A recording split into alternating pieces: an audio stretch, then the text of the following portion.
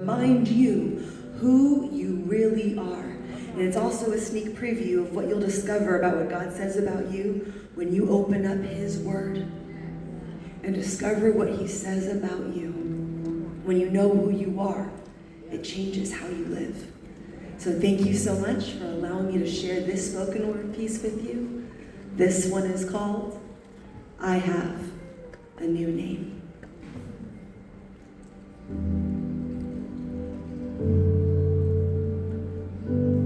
God spends a lot of time in the Bible telling us who we are.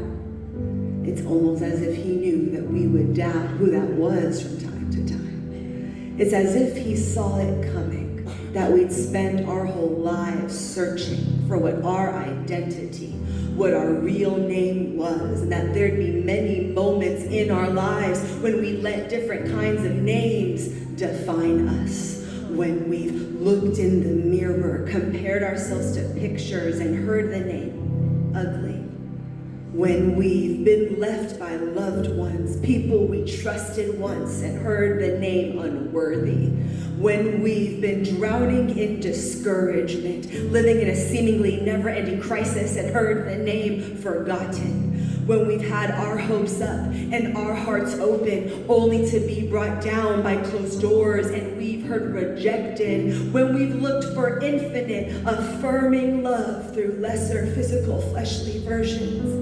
When we gave it away, or when it was stolen. And we heard impure, we heard garbage. When we go to other vices to ease our pain, and we hear addict, we hear forever broken. When we feel like we're living in the shadow of someone else's calling, and we hear second place. When our pain cripples us to a point where we don't even know how to let others in, and we hear lonely. When our past seems too gross for others to forgive, and we hear disgusting. It's overwhelming. These voices we're constantly hearing, it's suffocating. This air of constant critique and comparing, and it's sort of amazing the people whose voices I've allowed to name me. The power I've given to my past, to my mirror, and to my surroundings, and enabled them to identify me. The amount of years I've spent living up to whatever others say about me. But God says something else about me. It's like He knew there would be other voices, so He wrote His voice down in a timeless book of truths that would remind us over and over again in the moments when lies would block His truths and somehow make us forget. So I'm going back to the source, not the people I've allowed to represent God to me, but the actual, literal, tangible words that He has written down for me. And there's some other names He's given to me. Come on, Hosanna. 15:15. He calls me friend. Yes. 1 Thessalonians 1:4. He calls me chosen. Ephesians 2:10. He calls me His masterpiece. Yes. He calls me His art. He calls me handmade. He calls me purposed and fashioned for good things. 1 Corinthians 6:19. He calls my body a temple. All right. He calls it the residence of the Holy Spirit. Acts 1:8, He calls me His messenger to the world. Galatians 3:26, He calls me His child. Romans 5:8, He calls me greatly loved. John 8:36, He calls me free. Free indeed.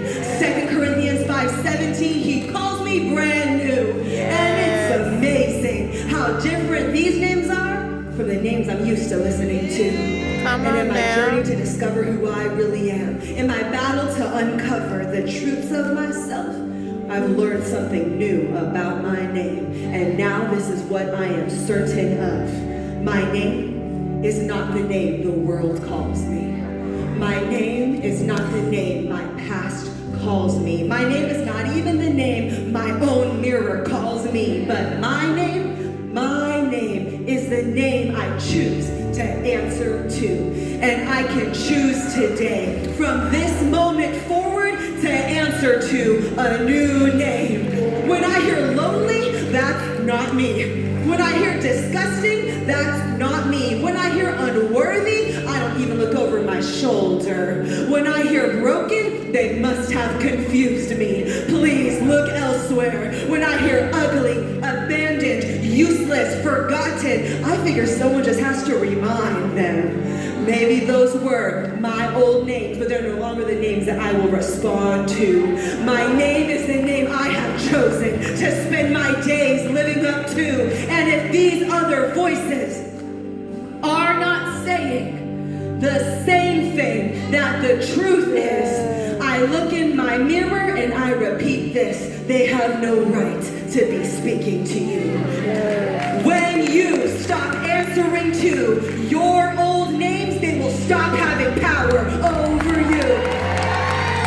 The names that my Father, eternity's author, the world's creator has called me are the only names that I answer to. So when I hear friend of God, that's my name. Yes. That's my name. Love, wanted, created with a purpose. That's my name. God's messenger, that's my name. God's masterpiece, that's my name. Child of God, you must be looking for me. Yes. Greatly loved, you must be calling for me. Brand new, that is my name. So that is a name that I will respond to, because the enemy has no power here. Perfect love casts down all our fears, and perfect love has named me and you. So what is your new name? What is stirring up inside of you when you hear these words, that his word, that the word has proclaimed? What do you know is the name God is calling you? Maybe it's not the name you grew up with. Maybe it's not the name your old friends associate you with. Maybe it's not the name that your whole life you were used to identifying with, but it's the name you now answer to. So when the enemy tries to get to you, it's just the name you introduce yourself with.